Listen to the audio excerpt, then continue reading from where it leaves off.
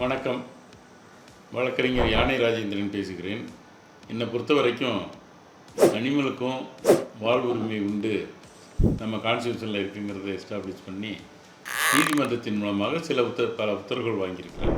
உதாரணமாக எனது முதல் பெட்டிஷன் என்னென்னா, எனக்கு இந்த காஞ்சிபுரம் போகிறப்ப துங்குவார் சத்திரத்தில் ஒரு டீ கடையில் ஒரு மாட்டு வண்டி நின்றுது. அந்த மாடு என்ன பஞ்சாயத்துக்கு சொந்தமானது. அங்கே உள்ள இலைகளையும் எச்சி இலைகளையும் மற்றதையும் கலெக்ட் பண்ணிட்டு போகிறது. அந்த மாட்டுக்கு தண்ணி வைக்க சொன்னார் அந்த கடைக்காரர்.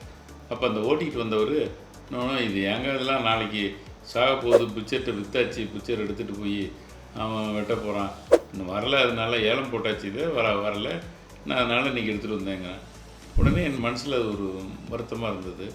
இன்னமும் சொல்கிறேன்னா, அப்புறம் நான் இது மாதிரி நிறைய after exacting domain work of the animal, இந்த பஞ்சாயத்து பொருளில் அது தன்னால் வண்டி இழுக்க முடியாத சூழ்நிலை வந்து அதை அடிமாட்டுக்கு கொடுத்துட்றாங்க. அதை பிக்சர் எடுத்துகிட்டு போய் வெட்டி கொன்னுடுறான்.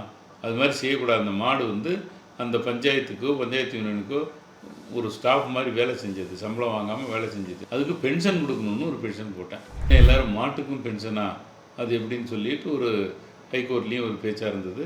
அதை விசாரித்த தலைமை நீதிபதி என்.கே. ஜெயின் அவர்கள் அரசுக்கு நோட்டீஸ் கொடுத்து முடிவான உத்தரவில் அது மாதிரி மாடுகளை எல்லாம் after exacting domain work when they become unfit for further domain work, they cannot be sent to butcher's house, not to be auctioned அப்படின்னு சொல்லி இம்மீடியட்டாக என்ட்ரி ஆர்டர் கொடுத்து அந்த சுங்குவார் சத்திரத்து பஞ்சாயத்து போர்டில் இந்த மாடை ஏலம் போட்டவனுக்கு கொடுக்கக்கூடாது, அந்த மாடை அங்கேயே இருக்கணும், அதை பராமரிக்கணும்னு உத்தரவு போட்டார். தமிழ்நாட்டில் இருந்து கிட்டத்தட்ட 4000 மாடுகள் இது மாதிரி இருந்தது.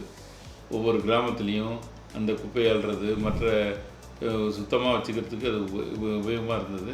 அப்போ அரசு என்ன சொல்லிச்சு, மனிதர்களுக்கே நாங்கள் பென்ஷன் கொடுக்க முடியல, ஆனால் மாடுகளுக்கெல்லாம் எப்படி பென்ஷன் கொடுக்க முடியும் அப்படின்னு ஒரு கேள்வி அப்போ இருந்த அரசு வழக்கறிஞர் கூறினார். அப்போ நான் சொன்னேன், நீங்கள் ஒன்றும் பென்ஷன் கொடுக்க வேண்டாம், அது ஒவ்வொரு வருஷத்தும் அது சாணத்தை விற்று நீங்கள் ஏலம் போட்டு பணம் எடுத்தீங்கல்ல, அந்த சாணத்தை விற்ற பணத்தை அதுக்கு டெபாசிட் பண்ணுங்கள், அதுவே பல கோடி இருக்கும், பல ஆயிரம் இருக்கும், அதனால் அதுக்கு பென்ஷன் கொடுத்தே தீரணும்னு சொன்னேன். அதன் பிறகு நீதிமன்றம் வந்து ஒவ்வொரு மாட்டுக்கும் தினமும் 60 ரூபா பென்ஷன் கொடுக்கணும்னு உத்தரவு போட்டாங்க. அப்போது இருந்த அரசும் என்ன பண்ணிச்சு, கொடுக்க வேண்டிய சூழ்நிலை ஏற்பட்டுச்சு நீதிமன்ற உத்தரவால்.